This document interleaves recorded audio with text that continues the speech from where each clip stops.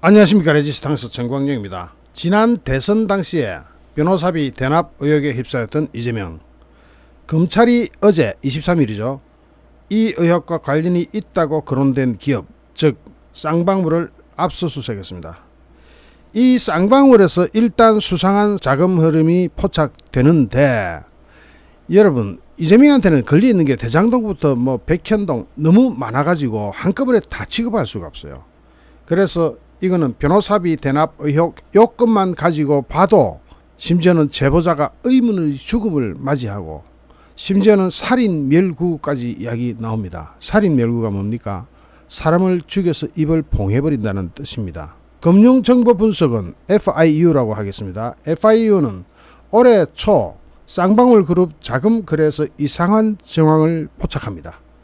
지난 2020년 4월 쌍방울은 전환사채 45억 원어치를 발행하는데, 여러분 이거는 잘 들으셔야 됩니다. 왜냐하면 자세히 안 들으면 이게 뭔지를 몰라요. 그래서 이런 방식을 쓰는 겁니다. 돈이 여기서 무려 50억 원 가까이 만들어지는데, 그 50억 원을 만드는 수법이 만들어서 변호사비 대납으로 썼던, 선거자금으로 썼던 그게 중요한 것이 아니라 미천 40억 원을 들여가지고 도로 가져갔는데 그 중간에서 50억 원이 생깁니다. 그 생기는 것을 먹어버립니다. 그러니까 돈을 댔던 쌍방울은 단돈 1원도 손해본 것은 없습니다. 누가 손해를 봤느냐? 주식시장에서 개미들만 그냥 죽어 나자빠지는 겁니다.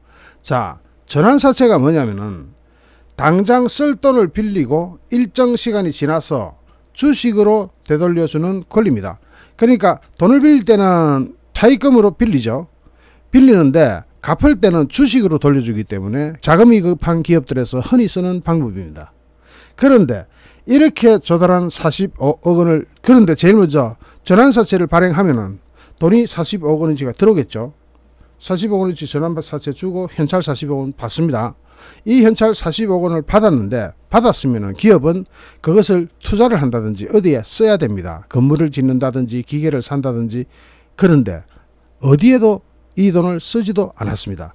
그러니까 당장 김경률 공인회계사가 돈이 필요하다면 설비에 투자를 하든지 인력을 정원시킨다든지 그래야 할 텐데, 그런 요인 없이 발행을 하고 뭐냐?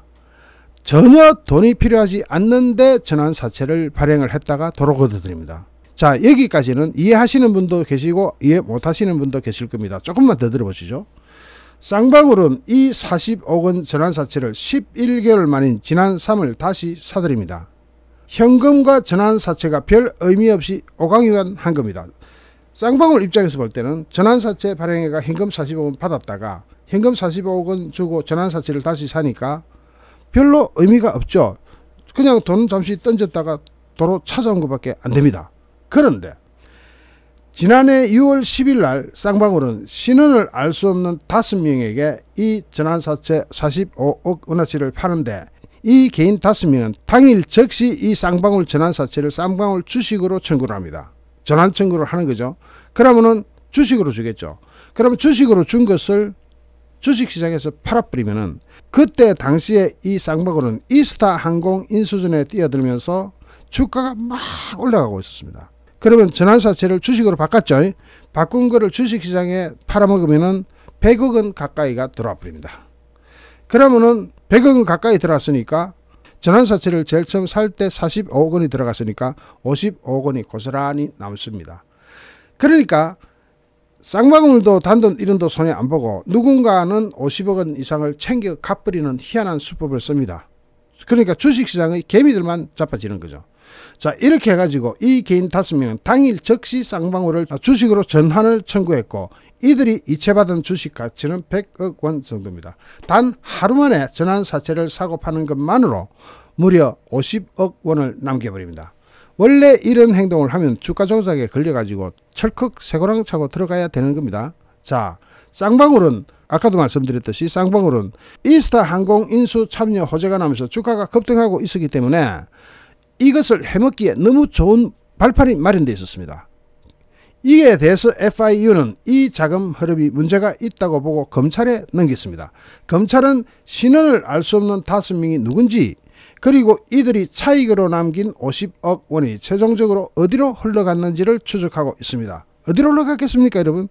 자, 지난 대선 과정에서 이 돈 가운데 일부가 이재명의 변호사 비용으로 사용된 것이 아니냐 하는 의혹이 일기 시작했습니다.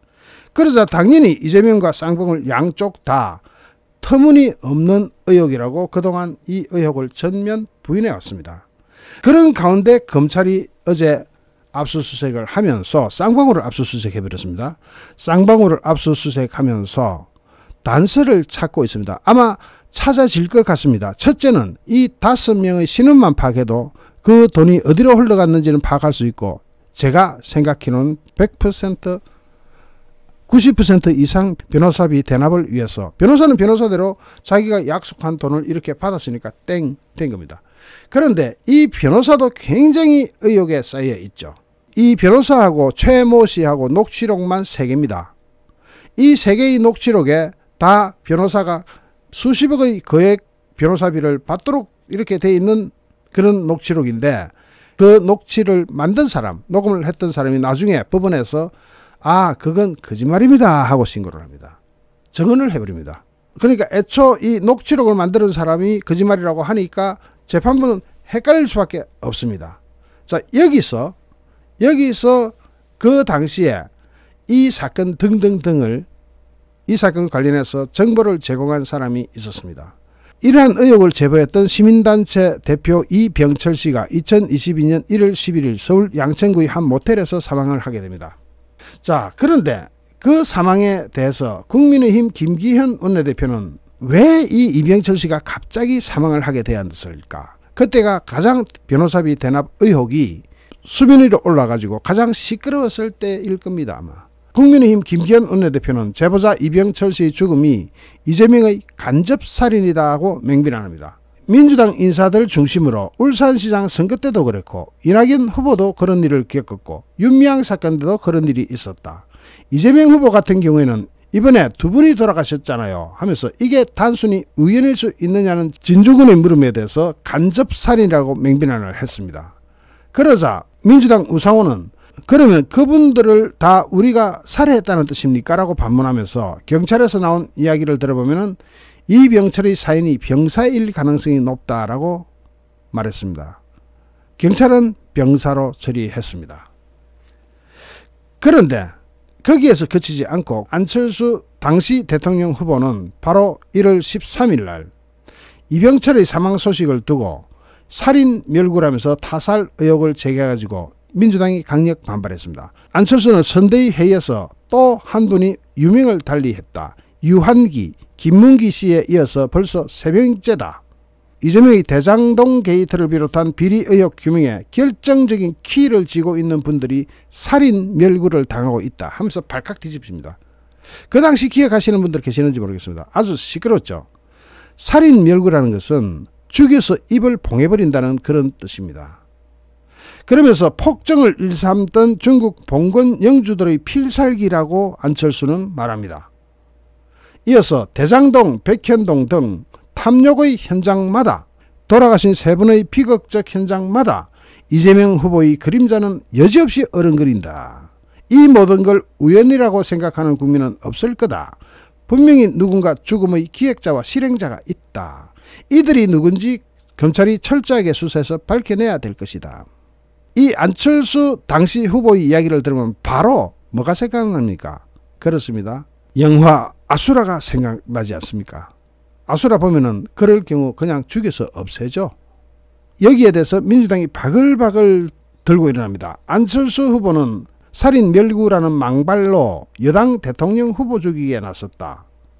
그런데 그것이 여당 대통령 후보 죽이기일까요? 팩트일까요? 안철수의 표현에 의하면 그걸 우연이라고 생각하는 국민은 단 한 사람도 없을 것이다 라고 표현했습니다. 저 역시 그렇게 생각합니다. 안철수 후보는 분명히 죽음의 기획자와 실행자가 있다고 말했습니다. 그러면서 정치의 검도를 넘은 것은 당연하고 검도를 넘은 위험한 언어로 국민을 위협하는 거다라고 이야기하는데, 여기까지 하고 다시 이쪽으로 돌아가 봅시다. 여기서도 돈을 거액을 50억 이상 챙긴 사람이 당시로는 누군지도 모르고 지금도 모릅니다. 검찰 수사 결과 밝혀지겠지만 아직까지는 모릅니다. 자, 검찰은 쌍방울을 드디어 털었습니다. 압수수색 했습니다. 이 신원을 알 수 없는 5명이 누구고, 즉 쌍방울로부터 전환사채를 샀다가 그 전환사채를 하루 만에 주식으로 바꿔달라 해가 바꿔가고 그 주식을 주식시장에 팔아가지고 거액을 챙기고 다시 쌍방울한테 40억 돌려주는 걸로 50억을 남겨버리는, 그러니까 쌍방울은 이재명을 도우면서 무려 50억 원 이상의 거금이 갔음에도 불구하고 쌍방울로는 한 푼도 손해본 게 없고, 이재명은 당연히 단돈 1원도 손해본 게 없고, 누군가 이 5명은 주식시장 개미들의 주머니를 털어서 50억 원을 챙겨가고, 그러니까 결국 당사자들은 손해본 사람 없습니다. 주식시장의 개미들만 죽어나갔습니다. 그러면 이 사건에 대해서 쌍방울이 확실하게 밝혀야 되는 게 무엇 때문에 전환사채를 발행했느냐, 여기에 집중해야 됩니다. 쌍방울은 아직도 거기에 대해서 이야기가 없습니다.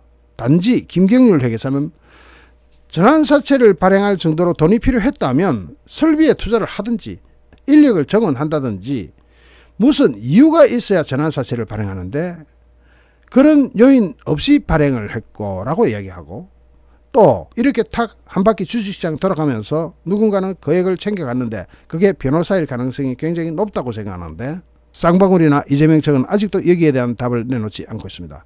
이 경우 수사가 굉장히 어려운 수사입니다. 여러분, 간단한 수사 아닙니다. 그렇게 호락호락한 수사가 아니에요. 그러면 검찰은 이것을 잘 밝혀낼 수 있을 것인가?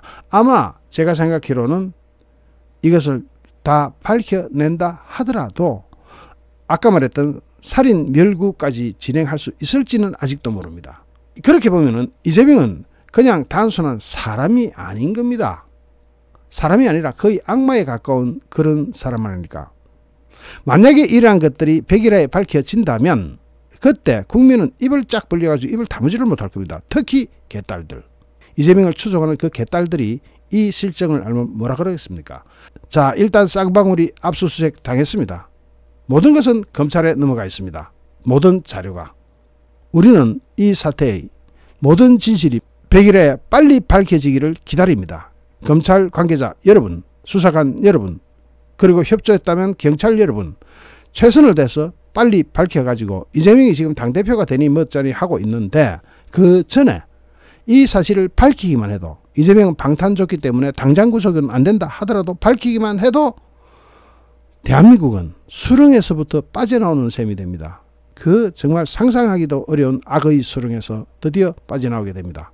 그때가 빨리 오기를 기다립니다. 잠시 후 또 다른 주제로 여러분을 찾아뵙겠습니다. 시청해주신 여러분께 진심으로 감사드립니다. 여러분 고맙습니다.